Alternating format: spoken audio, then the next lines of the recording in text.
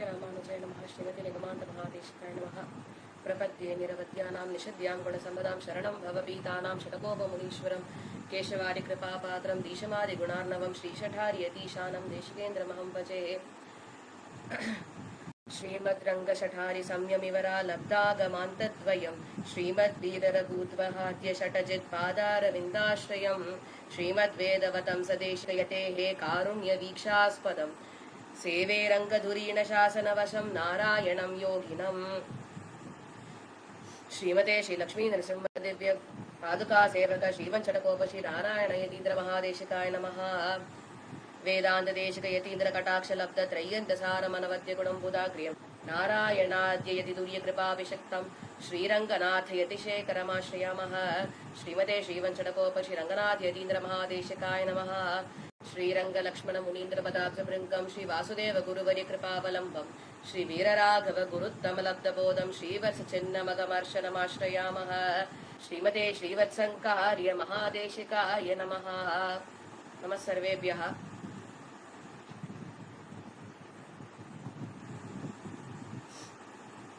45ஆம் பட்டம் வில்லிவலம் ஸ்ரீமத் அழகிய சிங்கர்னுடைய சதமான மகோத்சவத்தை முன்னிட்டும் பையம்பாடி சேட்லூர் ஸ்ரீ உ வாசுதேவ ஸ்ரீவத்சங்காச்சாரியார் சுவாமியினுடைய நவதி மகோத்சவத்தை முன்னிட்டும்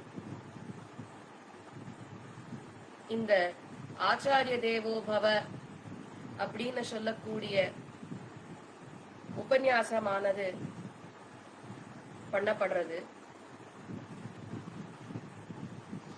சுவாமி வேதாந்த தேசிகன் ஆச்சரியமா தன்னுடைய குரு பரம்பரா சாரத்துல ஸ்ரீமத் ரஹஸ்ரய சாரத்துல சாய்க்கும் பொழுது குருபியஸ்தத் குருபியஸ்ச நமோவாக்கம் அதீமஹே விரணீமஹே ச தத்ராத்யௌ தம்பதி ஜெகதாம்பதின்னு சாய்க்கிறார். இந்த ஸ்லோகம் ஞாசதிலகத்திலையும் சுவாமி வேதாந்தேசிகன் சாய்ச்சோட்டுண்டு.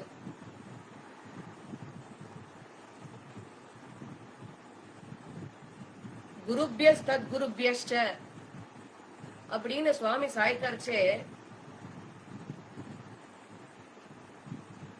அந்த எம்பெருமான்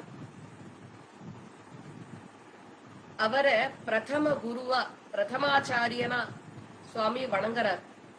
அந்த ஸ்லோகத்துல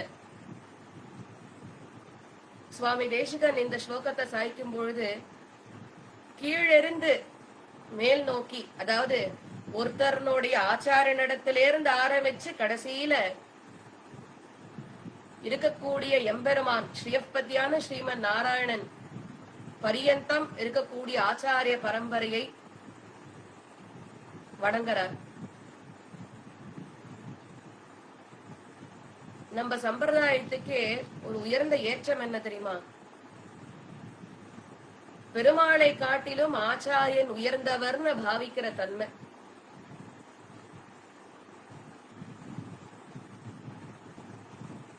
எம்பெருமான சொல்லும் பொழுது அவர்தான் பிரதமாச்சாரியன்னு சொல்றோம்.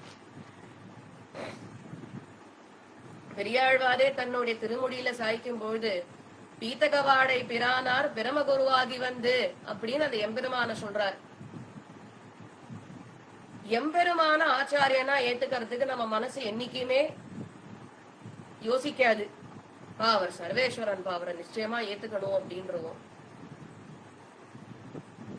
ஆனா நம்மளை போன்று ஒரு ஸ்வரூபத்தில் இருந்துண்டு ஒருத்தர் நமக்கு சத்விஷயங்களை சொன்னார் அப்படின்னாக்க அவரை ஆச்சாரியனா ஏத்துக்கிறதுக்கு மனசு கண்டிப்பா யோசிக்கும்.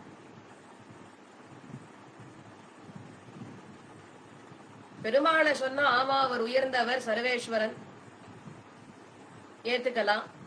அவர் சொல்றது எவ்வளவு தூரம் புரியறதுன்றது தெரியாது. இருந்தாலும் அவர் சொன்னார் அப்படின்றதையாவது மனசு ஒத்துக்கும், எதிர்கேள்வி கேட்காத. ஆனா நம்மள மாதிரி இருக்கிற ஒருத்தர் சொல்லி மனசு ஒத்துக்குமா? எங்கனாவது சட்டுன்னு ஏத்துனுடுமா? மனசோட சுலபத்துல எதுக்குமே சமாதானத்தை தேடாது.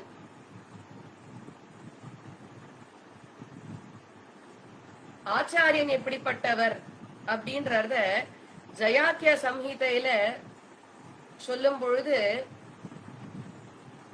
சாட்சாத்து அந்த நாராயணன் ஸ்ரீமன் நாராயணனே காருண்யா சாஸ்திரபாணினா அப்படின்றது எம்பெருமானே இந்த இடத்துல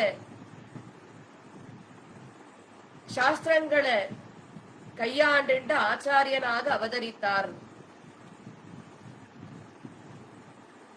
முதல்ல பெருமாள் கீதாச்சாரியன் அப்படின்ற பதவிக்குதான் போனார். எப்ப போனார்?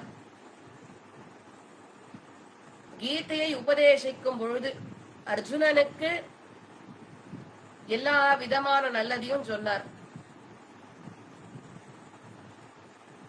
சொல்லிட்டு அவர் கேட்கிறார் அர்ஜுனனை பார்த்து, அர்ஜுனா நான் சொன்னேனே உனக்கு இதெல்லாம் புரிஞ்சுதான்? புரிஞ்சுதடியேன் அப்படின்னு அர்ஜுனன் கைய கூப்பினதுக்கு அப்புறமா தான் மேற்படி சொல்ல ஆரம்பிச்சார்.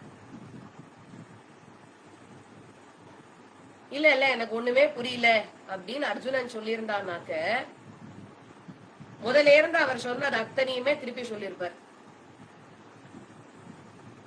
அவனுக்கு அது புரியற பரியந்தம் வரைக்கும் எம்பெருமான் அந்த விஷயத்த சாய்ச்சிருப்பார். பெருமாள் தன்னை கீதையில நானே பரமாத்மா அப்படின்னு சொன்னார். அத நம்ம ஒத்துப்போமா சட்டுன்னு? இவரே தன்னை பரமாத்மான்னு சொல்லிக்கிறாரே, என்ன அநியாயம்! வேற யாராவது சொன்னாலாவது தேவையில்ல, நீரே சொல்லிக்கிறீரே அப்படின்னா சரின்னு பெருமாள் என்ன பண்ணார்? நான் சொன்னா ஒத்துக்க மாட்டேன்றீங்கோ, சரி நானே ஆச்சாரியனா அவதரிக்கிறேன், அப்ப நீங்க அவர் சொல்லியாவது ஒத்துப்பேடா அப்படின்னு பெருமாள் ஆச்சாரியனா தானே அவதரிக்கிறார் இந்த பூமியில.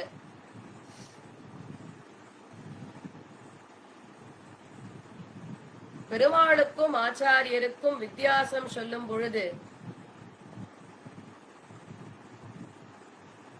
என்ன சொல்லலாம்? முதல் வித்தியாசம், பெருமாள் சர்வேஸ்வரன், ஸ்ரீ வைகுண்ட தாமனாய் இருக்கக்கூடியவர். ஆச்சாரியன் நம்மளை போலவே ஒரு சொரூபத்தில் இருந்துட்டு நமக்கு தர்மத்தை உபதேசிக்க கூடியவர். பெருமாள் எடுத்த எடுப்புல எல்லாத்துக்கும் சஸ்திரத்தை கையில ஏந்துவர். ஆச்சாரியன் சாஸ்திரத்தை கையாளுவர். சஸ்திரத்துக்கும் சாஸ்திரத்துக்கும் ஒரு கால் வாங்கறதா வித்தியாசம்.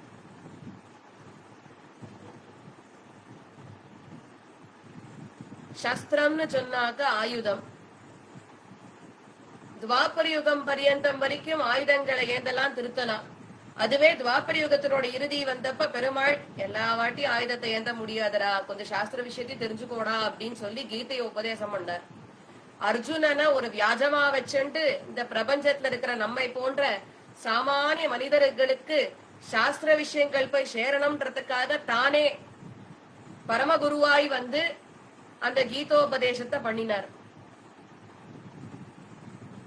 கலியுகத்துல பெருமாள் என்ன பண்ணாரா, அந்த ஆச்சாரியனாக நம்ம அன்று அவதரித்தோமே, இன்றும் அந்த ஆச்சாரிய பரம்பரை தொடரணும், ஜனங்களுக்கெல்லாம் சத்விஷயங்கள் போய் சேரணும், ஜனங்கள்லாம் நாம காமிச்சுட்டு போன சாஸ்திரோக்தமான அந்த பாதையில பிரயாணம் பண்ணணும்,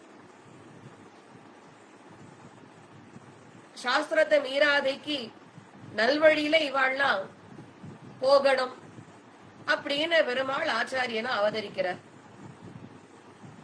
ஆச்சாரியனை சொல்லும் பொழுது ஆசினோதி சாஸ்திரான் அப்படின்னு சொல்றது. ஆச்சாரியன் முதல்ல தான் எல்லா சாஸ்திர விஷயங்களையும் கற்றுக்கொண்டு அதன் பின்பு நம்மள மாதிரி இருக்கிற ஏழை எளிய ஜனங்களுக்கு அது புரியும் வகையில சொல்றார். ஆசேது ஹிமாச்சலம்னு சொல்றது உண்டு. நம்ம ஆச்சாரியர்கள்லாம் பார்த்தேன்னாக்க நடந்தேதான் எல்லா திவ்ய தேசங்களுக்கும் அபிமான ஸ்தலங்களுக்கும் பேர்க்கா. சன்னியாசிகளா இருக்கிற மகனீயர்கள், ஆச்சாரிய புருஷர்கள், அவள்லாம் ஒரு இடத்துல தங்கப்படாது நிரந்தரமா. அதனால இவ சஞ்சாரமா போவா, ஊரு விட்டு ஊரு போய் இவாள்லாம் என்ன பண்றா? தர்ம பிரச்சாரம் தான் பண்றா. நம்ம ஜனங்களுக்கு சத்விஷயங்கள் போய் சேரணும், சம்பிரதாய விஷயங்கள் போய் சேரணும்னு அவ ஒரு இடத்துக்கும் போறா. அதுலயும் நம்ம மடத்து ஆச்சாரிய புருஷர்களை எல்லாம் பார்த்தேன்னாக்க எந்த ஊருக்கு அவ போனாலும் போற இடத்துக்கு மாலோலனை எழுந்துருள பண்ணிட்டு போறா. இந்த மாலோலனை எழுந்துருள பண்ணிட்டு போறாளே, நம்மளாம் ஒரு இடத்துக்கு போயிட்டு அந்த எம்பெருமான சேவிக்கிறோம். இல்லைன்னா அந்த இடத்துல ஏதேனும் உற்சவாதிகள் நடந்தது அப்படின்னா அப்ப அந்த சமயத்துல அந்த எம்பெருமான நாம அவர் வீதியில எழுந்துருளும் பொழுது நம்ம சேவிச்சுக்கிறோம். ஆனா மாலோலன் பாருங்கோ, இந்த பிரபஞ்சத்துல இருக்கிறவா எல்லாருமே சேவிக்கணும் அப்படின்றதுக்காக அவர் ஊரு விட்டு ஊர் அவர் போயிட்டு இருக்கார். ஒரு இடத்துல மாலோலன் இருக்கிறது இல்ல நிரந்தரமா. அதெல்லாம் நமக்கு பாக்கியம் இல்லையா? மாலோலனை போய் சேவிச்சாக்க 108 திவ்யதேச பெருமாளி சேவிச்ச கணக்கு வந்துரும்.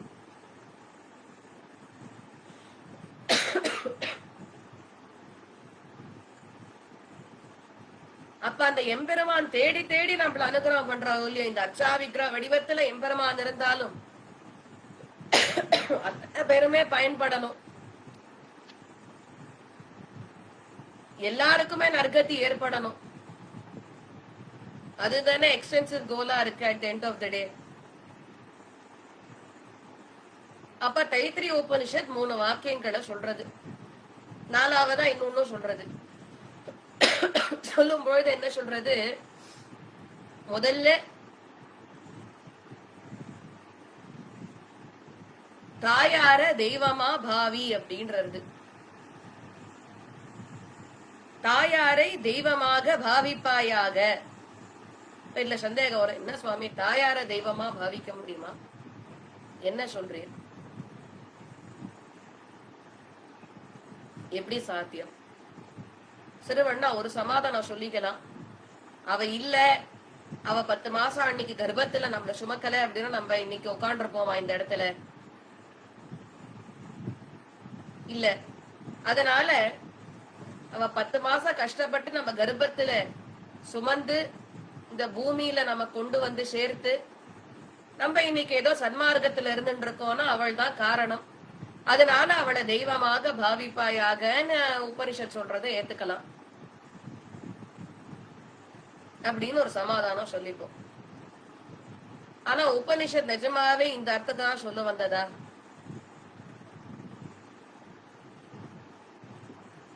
அப்படின்றத நம்ம பார்க்கணும். சரி, தாயை தெய்வமாய் பாவிப்பாயாக அப்படின்னு சொல்லும் போது நம்ம அதை ஒத்துக்கிறோம். அடுத்தது தந்தையை தெய்வமாய் பாவிப்பாயாகன்னு சொல்றது, அதையும் தாயாருக்கு ஏத்துட்டா மாதிரி. ஆமா, தாப்பனார் நம்மள 10 மாசம் சுமக்கிறனாலும் நம்ம இத்தனை வருஷம் நம்மள ஒரு 25-27 வருஷம் அப்பா தன்னுடைய ஹிருதயத்துல சுமந்துட்டு வந்தார். அத்தனை வலியும் தாங்கிண்டு நம்மள தன்னுடைய ஹிருதயத்துல வச்சு சுமந்துட்டு வந்தார். 25 வருஷத்துக்கு மேல சுமந்திருக்காரு நம்மள, அத்தனையும் பண்ணி வச்சிருக்கார். அதனால தந்தையை தெய்வமாக பாவிக்கலாம் அப்படின்னு மனசுக்கு சமாதானம் சொல்றோம் வைங்கோ. அடுத்தது உபனிஷத் சொல்றது ஆச்சாரியனை தெய்வமாய் பாவிப்பாயாக. இப்பதான் மனசு ஒத்துக்கிறதுக்கே வராது. தாய தெய்வமா பாவிக்க சொன்ன ஒத்துண்டேன், இப்ப தாப்பனார பாவிக்க சொல்லிட்டு ஒத்துண்டேன், இப்ப ஆச்சாரியனை பாவிக்க சொல்றதே. அம்மா அப்பா கூடயாவது எனக்கு ஏதோ ரத்த சம்பந்தம் உண்டு, அவாதான் எனக்கு இந்த பிறவியை கொடுத்துருக்கா, நான் சன்மார்க்கத்துல இன்னைக்கு இருக்கிற நிலைமையில இருக்கிறது காரணம் அவாதான், அதனால நான் ஏத்துக்கலாம். ஆச்சாரியனுக்கும் எனக்கும் எந்த சம்பந்தமுமே இல்லையே சுவாமி, அவரை நான் ஏன் தெய்வமா பாவிக்கணும்? அதுவும் அவரை பார்த்தா தெய்வமாட்டமும் இல்ல, அவரை பார்த்தாக்க ஏதோ நம்மளாட்டமே ஒரு உருவத்தை வச்சுட்டு இருக்கிற. அப்ப அவரை நான் போய் தெய்வமா பாவிக்கணும்னா எப்படி அப்படின்ற பிரச்சனை வருதா, கேள்வி வருதா? அடுத்தது சொல்லும் போது அதிதிகளை தெய்வமாய் பாவிப்பாயாகன்றது தைத்திரிய உபனிஷத். அதிதிகளை தெய்வமாய் பாவிப்பாயாகன்னு என்ன அர்த்தம்? அதிதி அப்படின்னாக்க திதி இல்லாதவர்கள். அதாவது ஒருத்தர் வீட்டுக்கு இன்னைக்கு போகும்போது நாளைக்கு உங்க வீட்டுக்கு நான் வரேன் அப்படின்னு போன் பண்ணியோ வாட்ஸ்அப்லயோ சொல்லக்கூடாது. சொல்லாத திடீர்னு அவ வீட்டுக்கு கெஸ்டா போகணும். அதுதான் அதிதி. உண்மையாலுமே கெஸ்ட்ன்றது அவாதான்.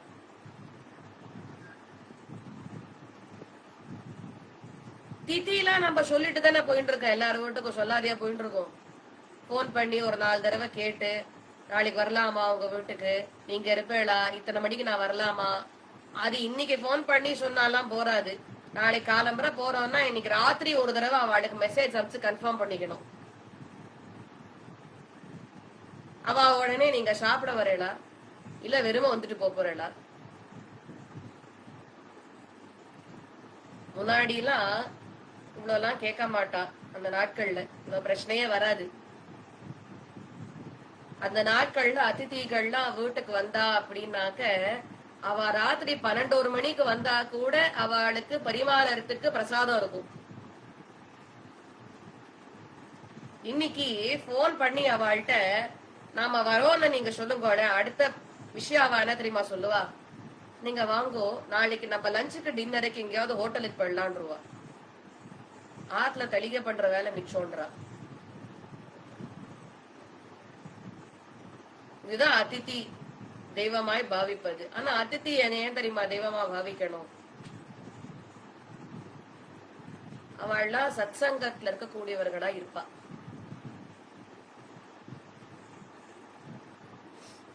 அப்படி சத் சங்கத்துல இருக்கக்கூடியவர்களாய் அவர்கள் இருந்துட்டு நமக்கு பகவான் இடத்துல ஒரு சம்பந்தத்தை ஏற்படுத்தி கொடுப்பா.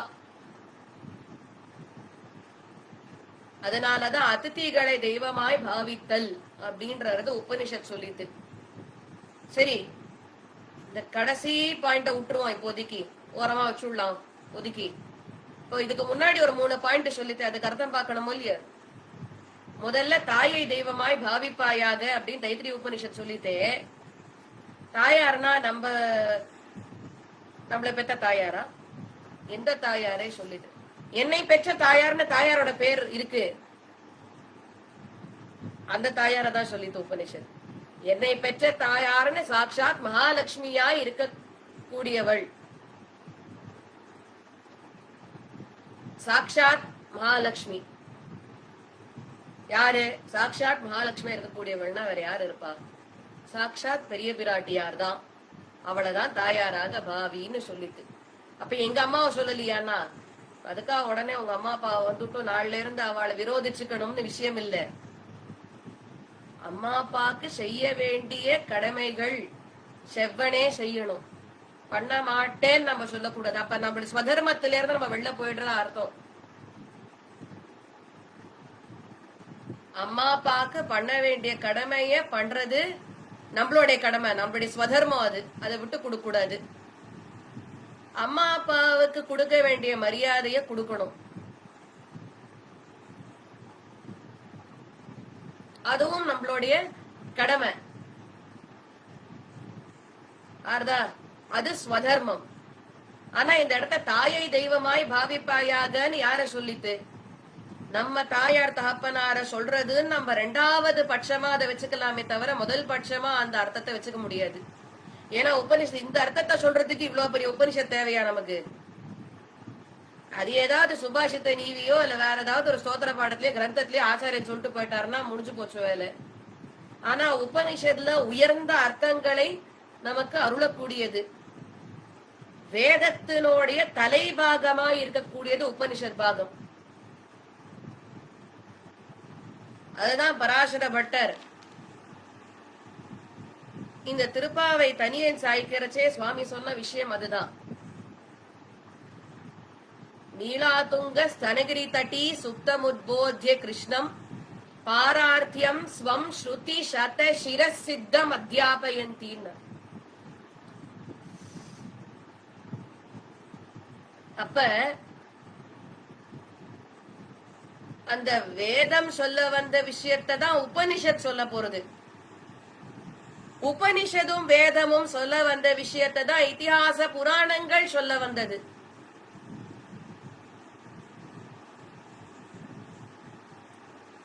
அப்ப அந்த உபனிஷத் நமக்கு என்ன சொல்ல வந்திருக்கும்? நியாயமா உயர்ந்த கருத்துக்களை உள்ளடக்கி இருக்கக்கூடிய உபனிஷத் அப்ப நமக்கு உயர்ந்த அர்த்தங்களை தானே சொல்றதுக்காக பிறந்திருக்கும். அப்ப அந்த உபனிஷத்கள் என்ன சொல்லும் நமக்கு? தாயை தெய்வமாக பாவிப்பாயாக அப்படின்னா ஜெகஜனனியாக இருக்கக்கூடியவளான சர்வேஸ்வரி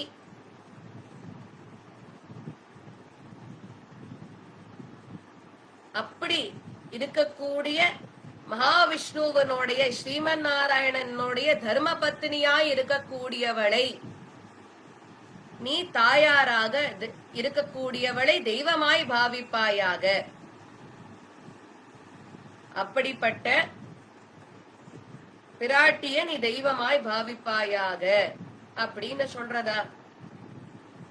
இருக்கட்டும், முதல்ல இதுதான் சொல்றதுன்றதை இன்னைக்கு தெரிஞ்சுப்போம். அப்புறம் அது ஏன் அப்படின்றதுக்கு நம்ம நாளைக்கு அதுக்கு உண்டான அர்த்தங்களை பார்க்கலாம். இது முதல் விஷயம். அப்ப தாயை தெய்வமாக பாவிப்பாயாகனா பெரிய பிராட்டியார சொல்லித்து. அடுத்தது தந்தையை தெய்வமாக பாவிப்பாயாகனா பெரிய பெருமாளை சொல்லித்து. பெரிய பெருமாளையும் வச்சுக்கலாம், பெரிய பெரிய பெருமாளையும் வச்சுக்கலாம். பெருமாள் ஒருத்தர் தான். பெருமாளான ரங்கநாதனையும் தந்தையாக நாம் கொள்ளலாம். பெரிய பெரிய பெருமாளான மாலோலனையும் தந்தையாக கொள்ளலாம். ஏன்னா பெருமாள் ஒண்ணுதான். அங்க மாலோலனை சொன்னாலும் சரி, ரங்கநாதனை சொன்னாலும் சரி, அர்ச்சா விக்கிரக மூர்த்தியில பேதம் பார்க்க கூடாது.